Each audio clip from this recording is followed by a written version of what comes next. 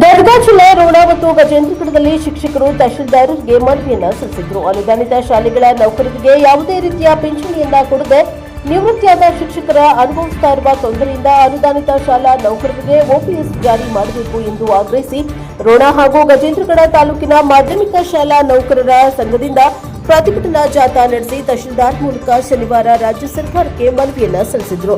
ಪ್ರತಿಭಟನಾ ನೇತೃತ್ವ ವಹಿಸಿದ್ದ ವಿಧಾನ ಪರಿಷತ್ ಸದಸ್ಯ ಎಸ್ವಿ ಸಂಕನೂರ್ ಮಾತನಾಡಿ, ಸರ್ಕಾರ ನೌಕರರ ಹಿತಾಸಕ್ತಿ ಕಾಪಾಡಲು ಮೊದಲ ಆದ್ಯತೆ ನೀಡಬೇಕು. ಎನ್ಪಿಎಸ್ ಬದಲು ಓಪಿಎಸ್ ಮರು ಜಾರಿಗೆ ಈಗಾಗಲೇ ಪರಿಷತ್ನಲ್ಲಿ ಸರ್ಕಾರದ ಗಮನ ಸೆಳೆಯಲಾಗಿದೆ ಎಂದರು. 2006ರ ನಂತರ ನೇಮಕಾತಿ ಆಗಿರುವ ನೌಕರರು ಹೊಸ ಪಿಂಚಣಿ ವ್ಯವಸ್ಥೆಯಿಂದ ಜರ್ಜರಿತರಾಗಿದ್ದಾರೆ. ನಿವೃತ್ತಿ ನಂತರ ಯಾವುದೇ ಸೌಲಭ್ಯಗಳು ಸಿಗದೆ ಅನಾಥಭಾವ ಕಾಡುತ್ತದೆ. 60 ವರ್ಷಗಳ ನಿವೃತ್ತಿ ನಂತರ ಪಿಂಚಣಿ ಸೌಲಭ್ಯ ಲಭಿಸಿದರೆ ನೌಕರರ ಪಾಲಿಗೆ ಬಹುದೊಡ್ಡ ಕೊಡುಗೆ ಸಿಕ್ಕಂತಾಗುತ್ತದೆ. ನೂತನ ಮುಖ್ಯಮಂತ್ರಿಗಳಾದ ಡಿಕೆ ಶಿವಕುಮಾರ್ ಅವರು ನೌಕರರ ಹಳೆ ಪಿಂಚಣಿ ವ್ಯವಸ್ಥೆ ಜಾರಿಗೆ ಕ್ರಮ ಕೈಗೊಳ್ಳಬೇಕು ಎಂದು ಆಗ್ರಹಿಸಿದರು. ರಾಜ್ಯ ಮಾಧ್ಯಮಿಕ ಶಾಲಾ ನೌಕರರ ಸಂಘದ ರೋಣ ಘಟಕದ ತಾಲೂಕಾ ಅಧ್ಯಕ್ಷ ಬಿಸಿ ಗುಳೇದ, ಜಿಲ್ಲಾಧ್ಯಕ್ಷರಾದ ಎಂಕೆ ಲಮಾಣಿ ಹಾಗೂ ಕಾರ್ಯದರ್ಶಿಗಳಾದ ಪಾಟೀಲ್ ಅವರು ಹಳೆ ಪಿಂಚಣಿ ವ್ಯವಸ್ಥೆ ಜಾರಿಗಾಗಿ ಈಗ ಶಾಂತಿಯುತ ಪ್ರತಿಭಟನೆ ನಡೆಸಿದರು. ನಂತರ ತಹಶೀಲ್ದಾರ್ ಮೂಲಕ ಸರ್ಕಾರಕ್ಕೆ ಮನವಿ ಸಲ್ಲಿಸ್ತಾ ಇದ್ದೇವೆ, ನಮ್ಮ ಬೇಡಿಕೆಗೆ ಸ್ಪಂದನೆ ಸಿಗದಿದ್ರೆ ಉಗ್ರ ಹೋರಾಟ ಮಾಡ್ತೇವೆ ಎಂದು ಎಚ್ಚರಿಕೆಯನ್ನ ನೀಡಿದರು. ಈ ಸಂದರ್ಭದಲ್ಲಿ ಗಜೇಂದ್ರಗಢ ತಾಲೂಕಾ ಅಧ್ಯಕ್ಷ ಬಿಡಿ ಯರಗೊಪ್ಪ, ಪ್ರೌಢಶಾಲಾ ಸಹ ಶಿಕ್ಷಕರ ಸಂಘದ ರೋಣ ತಾಲೂಕು ಅಧ್ಯಕ್ಷ ಶರಣು ಡಾಣಾಪುರ, ಕಾರ್ಯದರ್ಶಿಗಳಾದ ಟಿಆರ್ ನಾಯಕ, ಪಿಎನ್ ಹಿರೇಮಠ, ವೈಡಿ ಗಣಿಗೇರ, ಪ್ರಾಥಮಿಕ ಶಾಲಾ ಅಧ್ಯಕ್ಷರಾದ ಎಸ್ಜಿ ದಾನಪ್ಪಗೌಡ್ರ, ಎನ್ಜಿಒ ಅಧ್ಯಕ್ಷರು, ಎಲ್ಲಾ ಶಾಲೆಯ ಮುಖ್ಯೋಪಾಧ್ಯಾಯರು ಹಾಗೂ ಶಿಕ್ಷಕರು ಭಾಗವಹಿಸಿದ್ದರು. Bureau reporter Rudrappa Hebballi, NKS TV 4 Ron.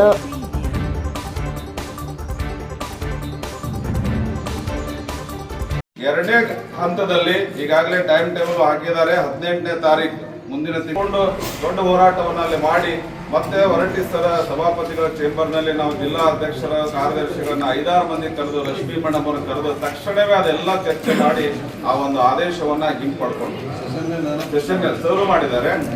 ಅವತ್ತು ಮೀಟಿಂಗ್ ಕರೆದಾಗ ಸರ್ ಅವತ್ತು ಅಲ್ಲಿ ಒಳಗಿದ್ದಿಲ್ಲ, ಬಟ್ ಸೆಷನ್ ಸರ್ ಸಾಕಷ್ಟು ಮಾತಾಡಿದ್ದಾರೆ ಸರ್. ತಪ್ಪಕ್ಕೆ ಹೇಳ್ತೀನಿ ಮುಂದೆ.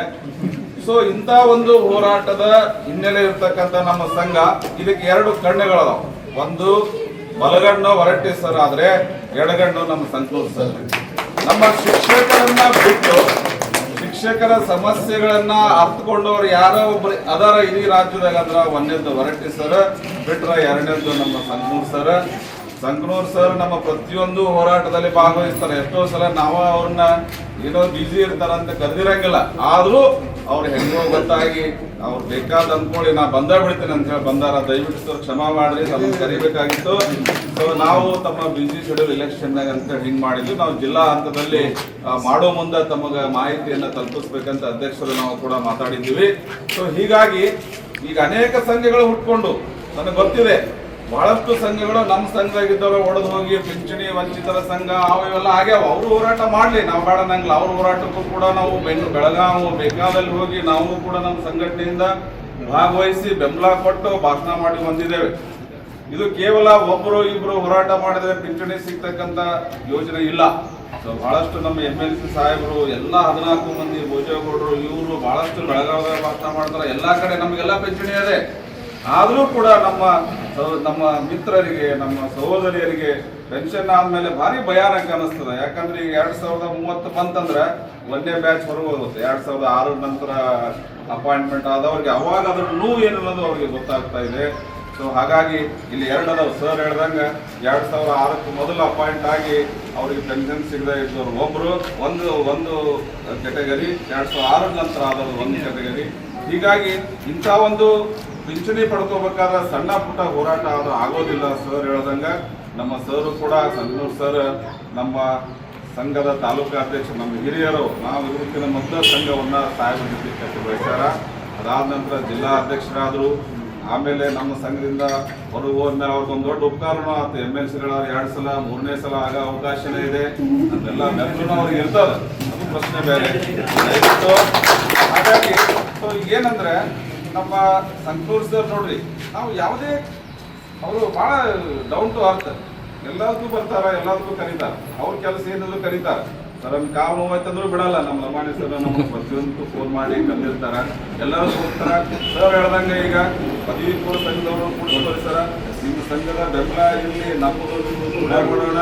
ಸೊ ದೊಡ್ಡ ಹೋರಾಟ ಆಗಬೇಕು, ದೊಡ್ಡ ಜನಸಂಖ್ಯೆ ಕೂಡಬೇಕು, ಶಿಕ್ಷಕರು ಕೂಡಬೇಕು. ಇದು ಅಷ್ಟು ಸುಲಭವಾಗಿರ್ತಕ್ಕಂಥ ಕೆಲಸ ಅಂತೂ ಅಲ್ಲ. ಯಾಕಂತಂದ್ರೆ ಪಿಂಚಣಿ ಕೇವಲ ಮಾಸ್ತರ್ಗಷ್ಟೇ ಇಲ್ಲ, ಈ ಎಲ್ಲ ಇಲಾಖೆ ನೌಕರದಾರಿಗೂ ಇಲ್ಲ. ಹಾಗಾಗಿ ಗೊತ್ತಿರಲಿ, ಎಲ್ಲ ಇಲಾಖೆಯ ನೌಕರದಾರರು ಕೂಡ ಇದಕ್ಕೆ ಕೈ ಜೋಡಿಸಬೇಕು.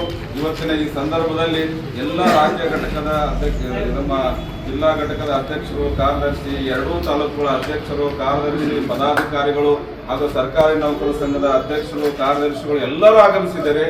ಬಹಳಷ್ಟು ಅವ್ರಿಗೆಲ್ಲರಿಗೂ ಮತ್ತೊಮ್ಮೆ ಧನ್ಯವಾದಗಳನ್ನು ಹೇಳ್ತಾ ಈ ಒಂದು ಸಂದರ್ಭದಲ್ಲಿ